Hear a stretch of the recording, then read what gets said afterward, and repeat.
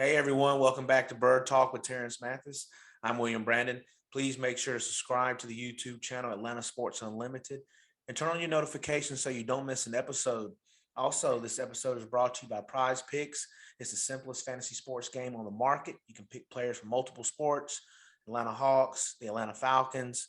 Sign up using the code ASU and Prize Picks will 100% match your first deposit up to $100. Download for free in the App Store or the Google Play. Well, the Falcons continue their trend of losing, following a victory. The Falcons were beaten handily by the 49ers, 31-13. What did you take from that game, Terrence? You know what? It's hard to take anything from that game because I'm sitting there watching the game and it was just like there was one team playing and the other team just showed up. And it was the 49ers playing, knowing that their playoff lives is on the line, and the other team just showed up, and which was the Atlanta Falcons. I thought, I thought they tried, but I just it's amazing to me how each week we keep getting out coached and doing things that's just uncharacteristic of a professional football team. It's funny, we get the early turnover Yeah. and we're in the red zone and we don't convert. Okay. Kudos to the 49ers whatsoever. Hindsight says you stole a possession right there. Get some points. Yeah. Get some points. You stole a possession. That's a possession you probably wouldn't have gotten late in the game or early in the game. So wow, here's a freebie. It's a free possession. Let's get some points off of it. Now, on that particular series of plays, they ran the ball to the right side a couple of times. And I'm going, what are they doing? Their strong side is the left side. So, here it is.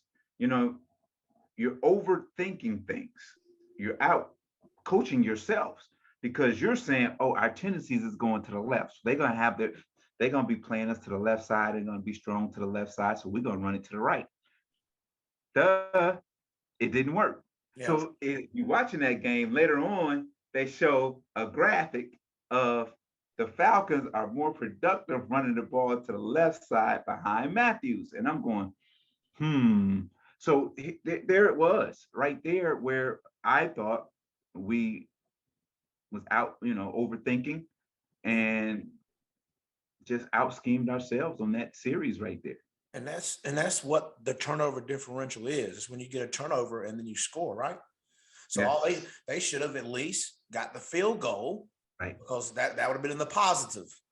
Right. Instead, they continue, and that's been a thing that I've noticed with this new regime is he's going to go for it a lot. Yeah. They get the 4 downs. There's a highly likelihood they're going to try and go for it. And I get it. Pitts is still a rookie, and he made a drop on that 4th down play. Right. And he has some other drops in the game. Yeah. Like you said, they're going to that right side where we've got McGrary and Mayfield who are struggling. They're blocking the same guy sometimes or not blocking a guy at all. Right. Exactly. Here's the things. Here's the thing. What I don't like much about football is analytics. Yeah. Analytics is killing football teams, getting coaches fired. Analytics probably said, "Hey, go for it on 4th down." What does your gut say? What does your football IQ say? Not what it says on a piece of paper or analytics. What does your football IQ say right there? Does your gut say, let's go for it? Me, right? Everybody's different. Yeah. Everybody's different. Look, we got a gym. We kick the field goal. We up 3-0 and we're feeling good on the road. Yeah. Now it's pressure on the 49ers to try to march down the field and get some points. Now, instead, of course, we stopped them and they punted whatsoever, but there was no sense of urgency of them trying to march downfield and match a score. So it stayed even like that for a little bit. But, here, every week there's something different that I see that I don't understand. Now, you put Cordarrelle Patterson and this Atlanta Falcons offense in a disadvantage when you play him just at running back. Yeah. because now he's, hey, we could just crowd the box and stop the run. Now he ran hard, but as he was getting punished at the same time. And I kept saying, oh, he he ain't gonna make it 4 quarters. They keep doing this. So you don't create a matchup problem if he's in the backfield. But if he's in the slot or out wide, you create matchup problems. And we took that advantage away from our Falcons team, which gave the 49ers advantage when you just put him in one spot. And I didn't understand that at all. Yeah, they went away from it. Yeah. How they've been using Cordarrelle Patterson throughout this season, moving him around, putting him in the slot, put him out wide, everything, throwing the fade routes to him, anything. They were not doing any of those things that they did with him. Right. I could see the level of frustration with Matt, right, with the overall, I guess, the offensive unit and how they're playing, and especially getting killed constantly. He's picking his face up off the ground. Right. I mean, the emotions that Matt Ryan showed in that first quarter, I was loving. I loved every bit of it.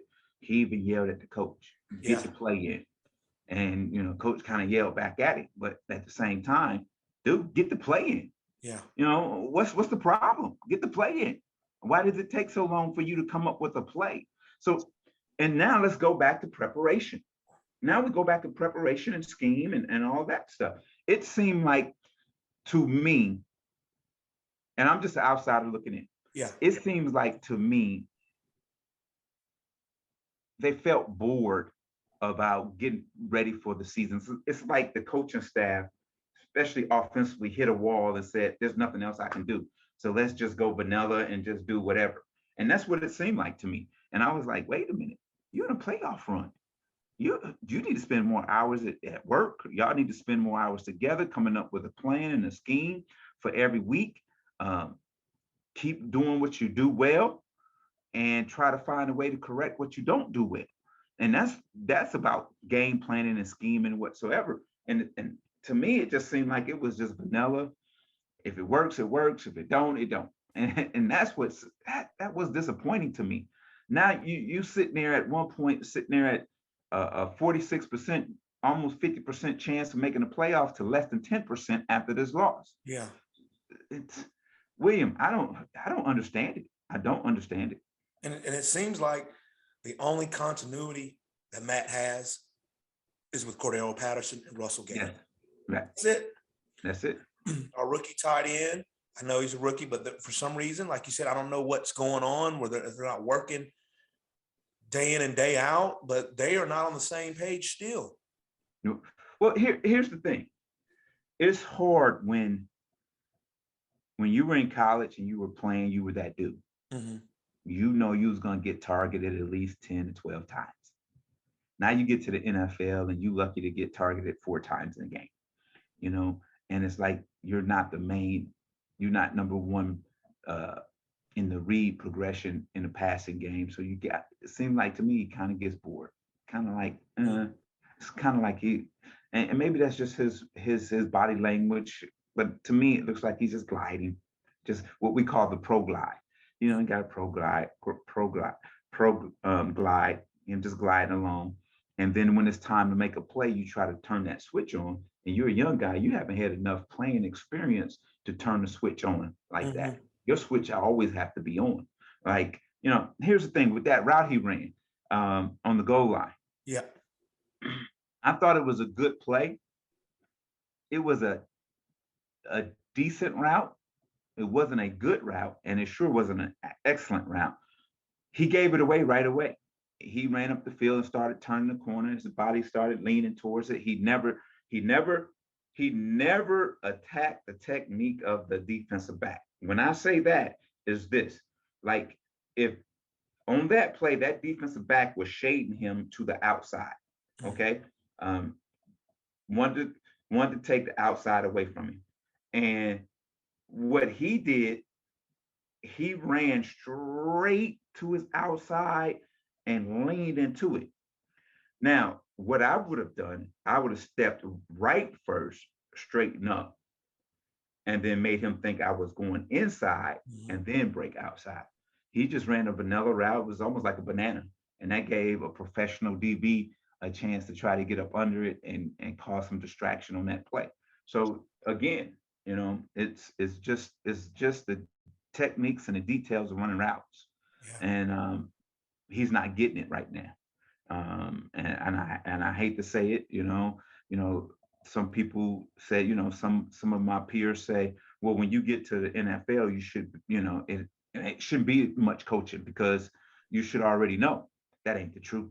Yeah. A lot of guys come to the NFL have never learned how to run routes, have never learned how to set up a defender, never learned techniques, never learned details and stuff. So if you don't have a coach that's in your building that can teach that and demonstrate, most of all, demonstrate that, Mm-hmm. your receiving group gonna struggle. He's gonna struggle. Yeah, and the leader, like I said, the leader of the receiving group right now is Russell Gage. Yes, He continues to ball out, made a heck of a catch, yes, but I mean, he's getting banged up himself. I mean, yeah, he is.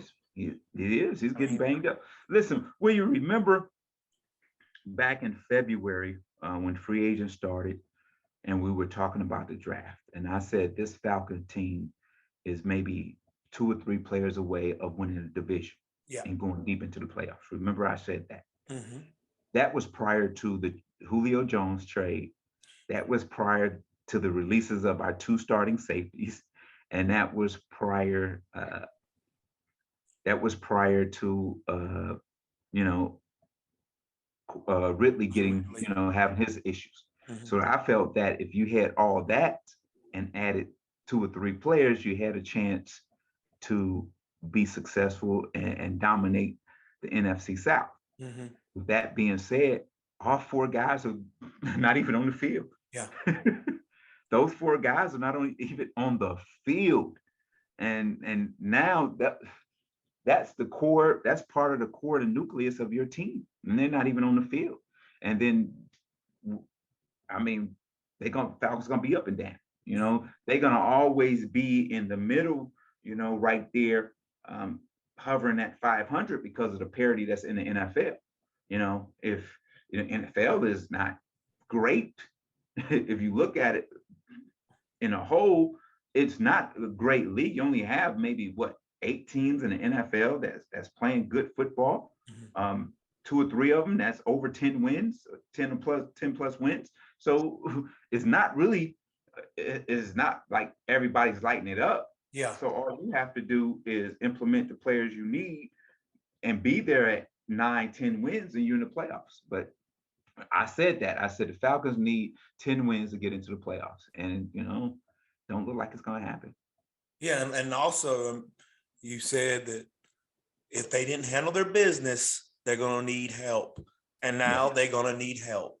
Because even if they win out, they're going to have some help if they want to make the playoffs. And yes, they got to win out now.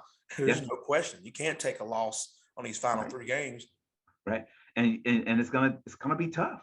Mm-hmm. Come on, look, Detroit is playing well. That was one of those we looked and said, "Oh, there's a win." Ooh, maybe not now. Yeah.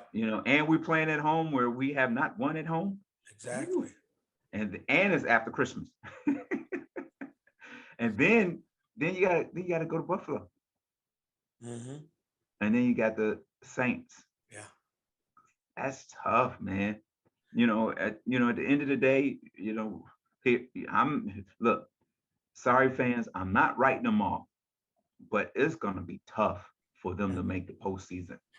Just hope we finish strong, and then hope we sitting pretty, draft wise, and we do something spectacular in free agency, to build this football roster.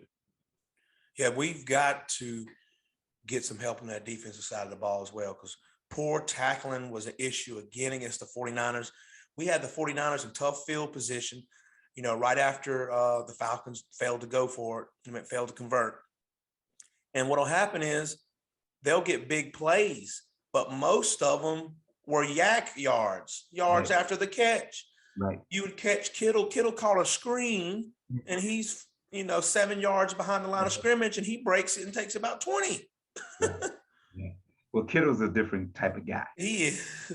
Here's the thing. If I'm Kyle Pitts and I'm standing on the sideline and I'm watching Kittles, I'm going, I want to be like that dude.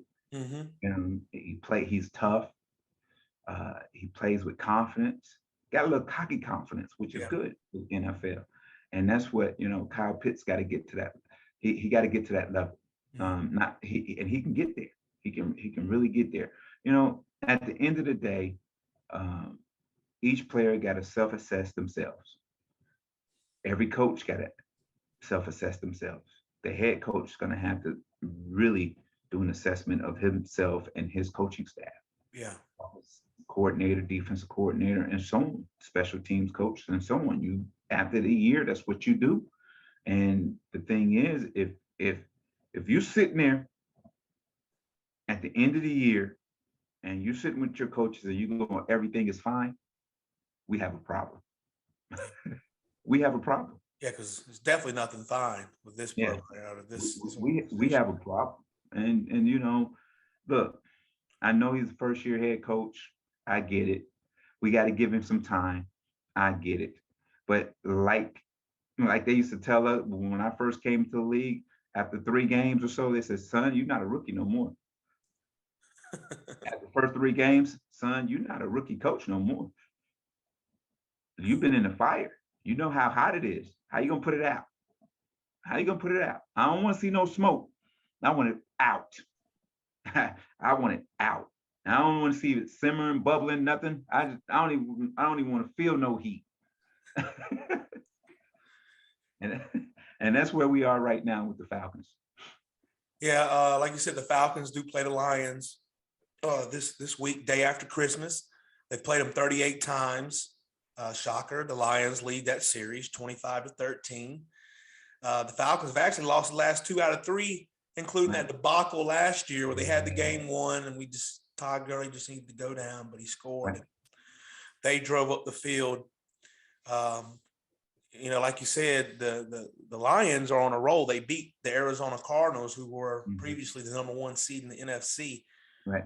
They're on a roll. He's got those guys motivated, and they're looking to spoil anybody's playoff hopes. That's what they're doing. So the Falcons cannot look past them. That's a great motivator for a team that's not going anywhere. Mm-hmm. We're playing teams that got playoffs aspirations. Let's spoil them.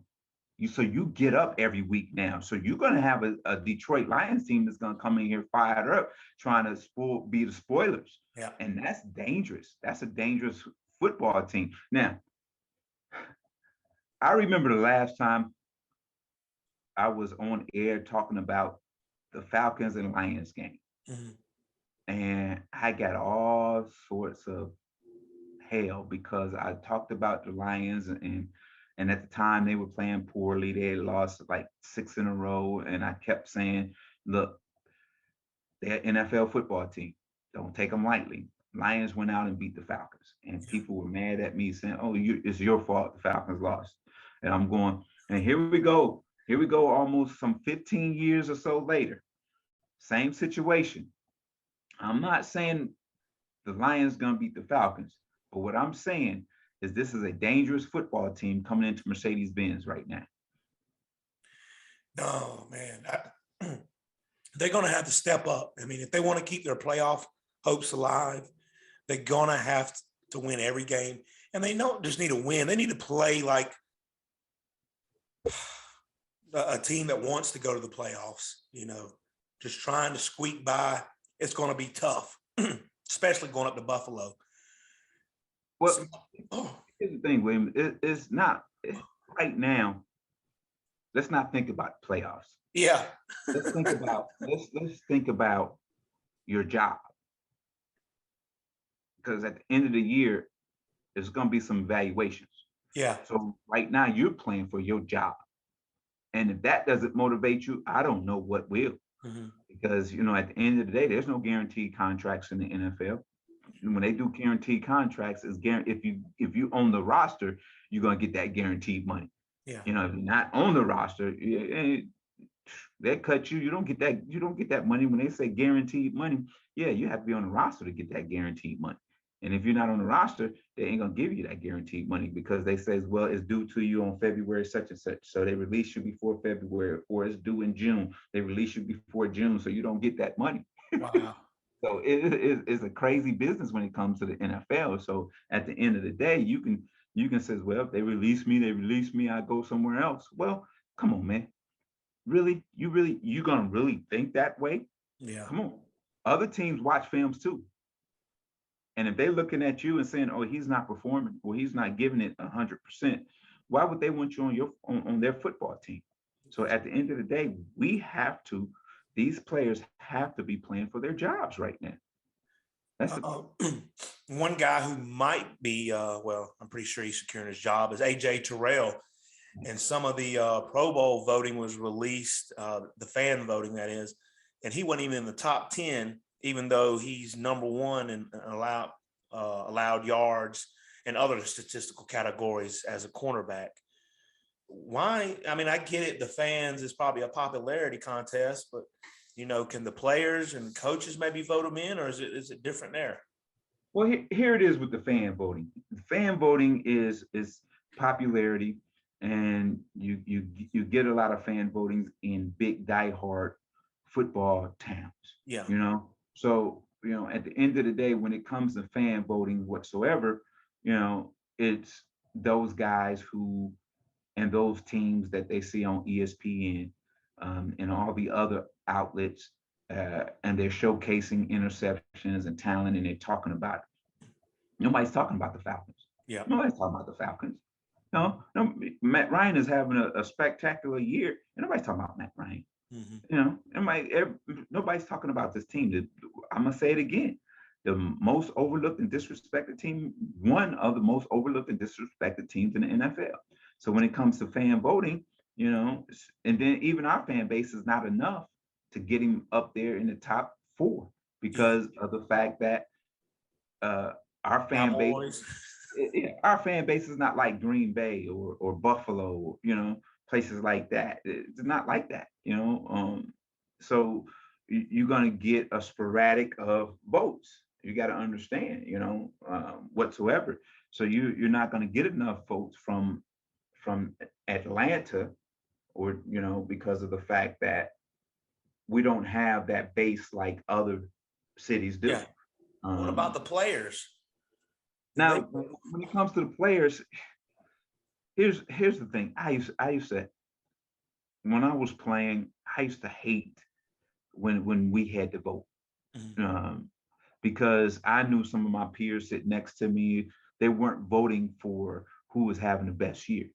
They was voting for who body of work over the years. Yeah. And that was unfair to, especially like guys like me. You have a great year, but you're still voting for your Jerry Rices and your Michael Irvins and your Tim Browns and your Chris Carters and guys like that. And you may have had a better year, but that's popular, and that's what happens. And same thing happened with the media vote. It's the same thing. Is oh, yeah, he's definitely, because he deserves it, because he's Jerry Rice. He might not have had a good year, but it's Jerry Rice. He got to be in the Pro Bowl. No, we're not voting for the Hall of Fame. We're voting for the best player at the position for the season. And that's what some people don't get. That's why I wish it was just a coach's vote. Yeah. Because coaches know. Coaches know because they got to prepare. They got to scheme against you. So they know which guys that are playing well and deserve to be in the Pro Bowl. Some other news that everyone's aware of: COVID is wreaking havoc across all sports, and in particular the NFL. You had had multiple games moved to Monday, and games were on last night. If you were the head coach or a team owner and you're trying to make the playoffs, would you try to implement a bubble? Whereas, hey, we're all going to be in a hotel, guys, until this is complete. Well, here it is. These are grown men. They have families whatsoever. They have other things outside of football. At some point, you have to make a sacrifice. Your family going to have to make a sacrifice. It's because of at the end of the day, it's about winning the championship, and it's about your contract. If you keep having this COVID outbreak and you're missing games and you causing distractions for the organization, it's going to be a matter of time where they're going to say, I can't do this anymore, with you. I can't do this anymore with you. We have to move on with you. So, I'm sitting there looking at it and going, wow, that's amazing to me. What is happening? But, in the defense of the players, um, it could be from family members. Yeah. It could be from their kids. Most people are going to say, well, they still shouldn't be hanging out. They shouldn't be at the club. They shouldn't be at the restaurant. They shouldn't be. But some of the time, it's just a family member, or it could be something flukish. It could be another teammate. So at the end of the day, it's hard to say, but you got to be careful out there, man. It's scary. It's really scary. Not just looking at sports. It's just Yeah. people are getting sick every single day. And that's I understand and I respect it. Everybody, they have their families and whatnot. But that's why I'm asking you directly. Would you tell them, hey, we're gonna stay in a hotel? I get it with the families, but you're not going to be able to see them until we complete our mission. Well, Maybe after Christmas. I'll give them till this week. After this week, I personally would, we need to go in a bubble. well, That way you can keep it in house. You don't have to worry about the families or the clubs or any of that because it's all about football for these guys. I think if I'm an owner and we're in the playoffs, I'm doing it during the playoff time. Okay. Yeah. I'm wait to see where we sit, what we're doing, Yeah. and I'm gonna do it during playoff time. Okay. I'm not gonna do it now, whatsoever. Now, at some point, if it becomes problematic with the same team over and over again, Yeah. you got to take drastic measures like that. But at the end of the day, you gotta understand, you gotta look. It's freedom of choice, really. You can't demand it. It's almost like the players have to come and says, hey, look, this is what we decided we wanted to do. Go to management and see if we can make this happen. Now that's strong leadership of a football team because they've talked it over with their families whatsoever and said, look, when they go to training camp, they're away from their families 3 or 4 weeks. Yeah. So, at the end of the day, it's the same thing, so let's do that. And I get what you're saying, William, and I understand it, but at the end of the day, you're talking about moving probably 125 employees. Yeah. That's a lot of money. Yeah. That's a lot of money. And not like basketball when you're talking about maybe 25 or 30 employees. And then the odd thing is, knock on wood, is like the Falcons, like they've been handling it right. Whatever they've been doing, aside from AJ Terrell earlier in the year, they haven't really had many players, at least key star players, go on the COVID list. So they've been handling it right, but they can't get in the playoffs to make a difference. So it don't really matter. It's I know there's some teams, the Cleveland Browns would love to trade places with the Atlanta Falcons COVID-19 protocol. Exactly. Yes. There's some teams out there that love to trade places. Whatever the Falcons are doing, if I'm an owner, I'm calling, or a GM, I'm calling the Falcons and saying, what are you guys doing? Why is your numbers almost at zero? Yeah.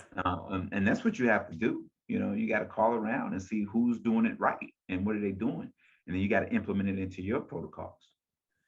Before we you tell us to end the show, that picture back there, what game was that from? Super Bowl. All right. That was a touchdown in the Super Bowl. Yeah. Nice. Yeah, my touchdown in the Super Bowl, man. I never forget that. I'm so happy. Look, the thing there was, it was from the age 6 or 7, always saying you wanted to play in the Super Bowl, and you're playing as you grow up. You're imagining catching a ball in a Super Bowl, catching a touchdown in the Super Bowl, and when you're playing in the streets or pick up, you catch a ball, you say it's the Super Bowl touchdown, and all through your little league and your high school and your college, and you always talk about scoring a touchdown in the Super Bowl, and there it was. Awesome. There it was. Like, shoot, dreams come true. You dream it, you believe it, it happens. And I still got that football and everything. I still have the whole uniform. That's awesome. I I still would have the too. whole uniform. Isn't that crazy? Yeah, I would too. Whole No, it's not uniform. crazy. I would too. That's awesome. Still That's got the clips and everything. Yeah. wow. Um, yeah. Yeah. Well, that's a perfect segue. What you got for us in the show today? Well, first of all, I want to say Merry Christmas to everybody out there, and I hope you have a blessed and prosperous New Year. Here we are at Christmas time, and we're expecting, we're going out, in all this traffic amongst all these people, Christmas shopping, trying to find a perfect gift for loved ones, friends, whatsoever. And at the end of the day, after you open these gifts, whatever it may be, if it's clothes, you wear it for a while, then you outgrow it and it's going to come old and then you're going to need something new the next year. Mhm. If it's, when it comes to kids, whatsoever, if it's a toy, you put the batteries in it, you play with it for a while, you put it on the shelf and then you give it away to Goodwill. Whatever it is, it's jewelry. You wear it for a while, then you put it in your jewelry box and you forget it's there, then you wear it a few years later. But let me tell you a gift that never goes away. It's Jesus. Jesus never goes away. That's the perfect gift for Christmas. I mean, at the end of the day, no matter, he never gets old. He never leaves you. He's always there. He's the perfect gift every day. All you do is call on him, talk to him. He'll give you whatever you need if you have full faith in him. So with that being said, have a merry, merry Christmas and celebrate what the season is for. Definitely. Yeah. Merry Christmas, everyone. I hope you'll have a great day. Happy holidays.